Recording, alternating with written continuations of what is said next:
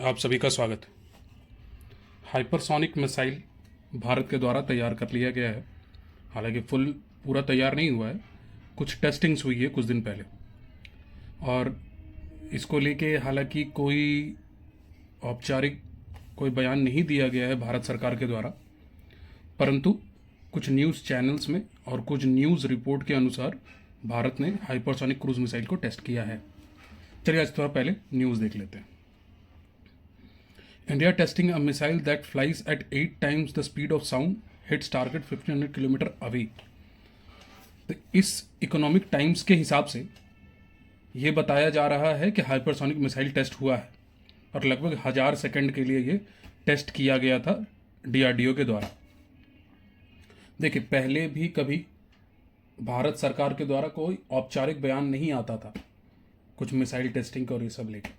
ये hypersonic missile इतना important इसलिए है क्योंकि ये कुल सिर्फ 3 ही देशों के पास है पूरी दुनिया में, और ये मेनली जो बनाया जा रहा है ये चाइना के थ्रेट को देखते हुए बनाया जा रहा है। पाकिस्तान के लिए नहीं है, पाकिस्तान के लिए हमारा ब्रह्मोस ही काफ़ी है, ये मेनली चाइना के लिए बनाया जा रहा है। तो ये न्यूज़ जब इंटरनेशनल मीडिया में जाएगा तो चाइना वालों के लिए कंसर्न है और यूएसए भी थोड़ा छटपटाएगा, क्योंकि यूएसए को हमारा डिफेंस डेवलपमेंट पसंद नहीं है, तो उस वजह से। चलिए थोड़ा सा डिटेल देखते हैं कि हाइपरसोनिक मिसाइल कौन से प्रोजेक्ट के तहत बनाया गया है। एक प्रोजेक्ट चलाया गया था, इसको बोलते हैं प्रोजेक्ट विष्णु।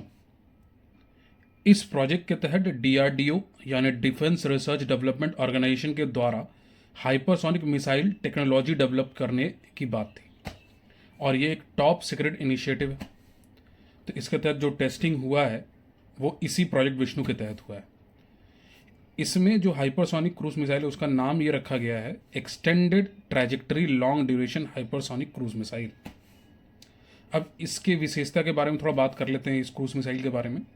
देखिए, इसका स्पीड लगभग 8 मैक है। 8 मैक मतलब साउंड से 8 गुना ज़्यादा तेज़ी से दौड़ता है ये, और अगर हम किलोमीटर में इसको बताएं तो लगभग 11,000 किलोमीटर पर आवर की स्पीड से ये चलता है। इसकी जो रेंज है वो लगभग है 1500 किलोमीटर, मतलब कोई टारगेट 1500 किलोमीटर दूर रहेगा तो उसको भी हिट कर सकता है। उसके अलावा जो इसकी सबसे बड़ी जो खासियत है वो ये है कि इसमें स्क्रैमजेट इंजन है। अब स्क्रैमजेट इंजन का क्या खासियत होता है कि वो जो एटमॉस्फेरिक ऑक्सीजन है उसको यूज़ करता है फॉर कंबशन। ठीक है, तो इसमें अलग से कोई ऑक्सीडाइजर नहीं डाला जाता है कंबशन के लिए, ये इसकी सबसे बड़ी खासियत है। और दूसरा विशेषता इसका एक और ये है कि इसमें जो पेलोड है वो लगभग 1000 से 2000 केजी का पेलोड डाला जा सकता है।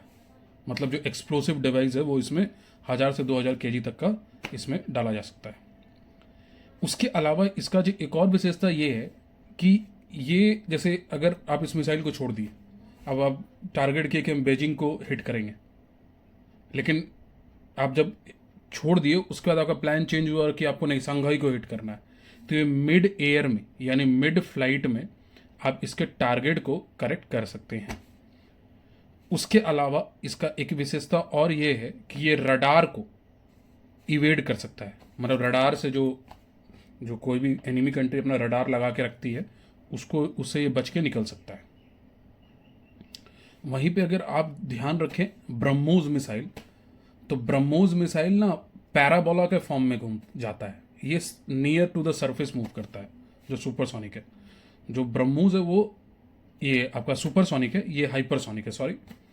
तो ये जो मिसाइल है इसके केस में ये सरफेस में जाएगा, और जो ब्रह्मोस था वो पैराबोला के फॉर्म में जाएगा। देखिए पैराबोला क्या है आपको यहीं पे दिख जाएगा। उसके बाद आगे जब हम बात करें तो ये आर्मी, एयरफोर्स और नेवी तीनों के द्वारा यूज़ किया जाएगा। मतलब सी, लैंड और एयर तीनों से इसको आप लॉन्च कर सकते हैं। और ये जो मिसाइल बनेगा, जो तैयार हो रहा है, ये लगभग 2000 डिग्री सेल्सियस का टेम्परेचर को बर्दाश्त कर सकता है। तो इंडिया के लिए बहुत खुशखबरी की बात है कि ये चीज़ डेवलप हो रहा है, और इंडिया का जो इंडिजीनियस डिफेंस सेक्टर है वो काफ़ी ग्रो कर रहा है, और इसमें DRDO का जो भागीदारी है वो बहुत ज़्यादा है। ठीक है, हालांकि देखिए आज से 3 महीना 4 महीना पहले लगभग अप्रैल के महीने में DRDO के द्वारा एक सूचना जारी की गई थी जिसमें बोला गया था कि हम स्क्रैमजेट इंजन तैयार कर लिए हैं। अब ये जो स्क्रैमजेट इंजन है इसका यूज़ इसी सुपरसोनिक मिसाइल में होगा। तो इसी के लिए ये तैयार किया गया था। तो ये ऑफिशियल एक ये इंफॉर्मेशन दिया गया था। अभी कोई ऑफिशियल इंफॉर्मेशन इसके बाद नहीं आया है टेस्टिंग को लेके, परंतु ये कहीं ना कहीं एक ये है।